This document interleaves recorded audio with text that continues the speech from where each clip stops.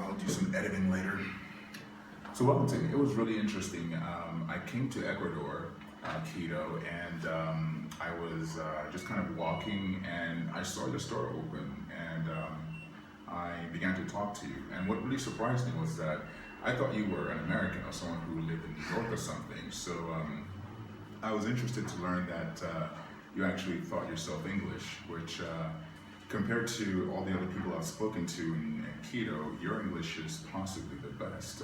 How was it teaching yourself English, being that you've never actually been to an English-speaking country? Yeah, actually, Vaughn, I have been studying English for more than 15 years now. 15 years? Yeah. Wow. Okay. So I went to Venezuela.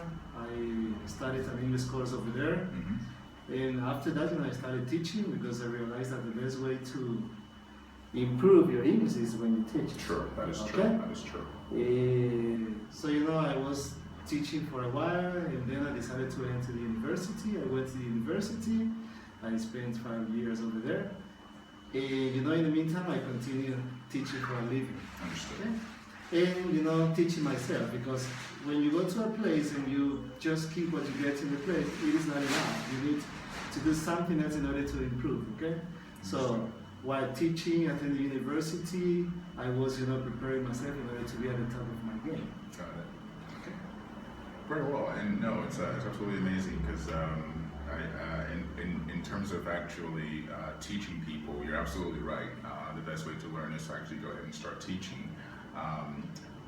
But just from my experience and from my talking to you, your grasp of the English language is just the same as a native. I mean, you understand all the colloquialisms, you understand the various nuances. So I was just quite surprised. Myself right now, I'm trying to learn a couple of languages and get into a level where you are in English, a native speaker. It's something that I don't think I'll ever get to. But in regards to your desire to teach others how to speak English,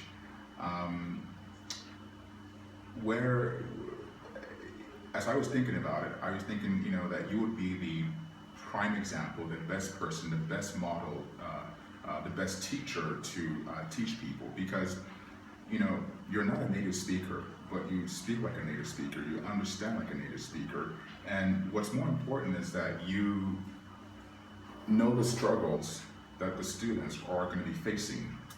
So I think that's just an amazing place to be in, because you're not going to be looking at the students in one way or the other. You're going to know exactly where they are and how they feel. Can you explain more or expound more on that perspective? Yeah, as I told you before, I have been a struggle, okay, in order to improve my English. Mm-hmm. Sometimes, I have felt really frustrated because of it. I would like to be even better than I am now. I think you are better than most native speakers, and myself, living in Texas, speaking to various people, your command of the English language is quite amazing. If you hadn't told me that you hadn't lived in an English-speaking country, I would have assumed that you lived in New York or Miami or something like that. So, but I mean, I can understand the desire to constantly improve, and I absolutely, cherish that. But yeah. Okay. I am the best example, as you just mentioned. Okay. Because I have struggled a lot in order to be, really good at English, all right? And my idea is to help out people who want to learn, okay? Gotcha. So I know about grammar, pronunciation, phonetics and phonology. For example, if a person wants to speak the language well, the person definitely needs to learn how to, put the tongue inside of the vocal tract, okay?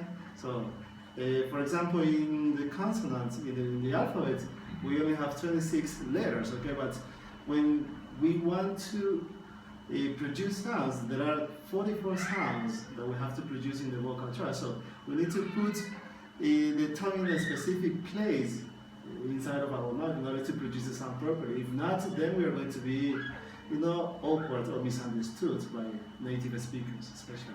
I see your point, and I have to say that's quite, you know more about the structure of English than I would know, than I know. So, myself being a native speaker, I don't think about all those things, but in regards to, you having to learn it, you've actually gone through the structure and the composition of the English language, so that's quite amazing.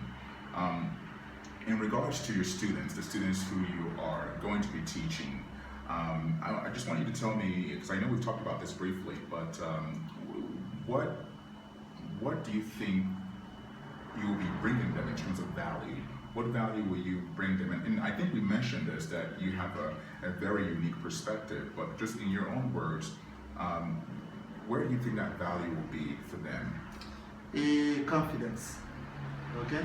So, I'm pretty sure that in a couple of weeks, perhaps a couple of months, my students are going to be confident when using English. Okay, so that's what I want to achieve with the people who join to me. Got it. And I think that's absolutely one of the most important things as far as language is concerned, is confidence. In terms of being confident in what you say, that it is correct, that the other person will understand it. So I absolutely agree with you there, and I think that's one of the key value takeaways that students can gain from a good teacher in a language. So really, in terms of this interview here, getting to know more about you, about your teaching endeavor. From me, if I was trying to learn English, I think you would be the person I go to, simply for the fact that if I wasn't a native English speaker and I was looking to learn English, seeing someone like you who has actually spent the time, struggled with the language, and has a good grasp, a fantastic command of it, I would be impressed as a student to come and learn from you, because I think you'll be able to relate to me. Congrats on that, and I look forward to seeing your English school grow, your English courses grow and teach millions of students. Okay, thank you so much for this opportunity, right? And I'm pretty sure that the people who, as I said before, joining me, they are going to be really happy and grateful, and they are going to see results. Okay, as a result. Okay? Got it. And I guess one last thing is in regards to the structure of your classes. Now, the way I understand it is that you're going to have, it's going to be an e-learning based system whereby students are able to engage with you over the internet. It's going to be like a web meeting, webinar, and I think in terms of being able to educate and teach students, that's possibly the best way to go about it. So, congrats on that. Okay. I want to mention that nowadays there are thousands of people who want to learn language, not only English, but other language too, okay? And they don't have the time to attend to any center, okay, like an institute or another place. So, this is what I want to offer, okay? So I want to offer people, to just start a computer or a smartphone and, wherever they are, to take classes, okay? That's good. Cool. Awesome.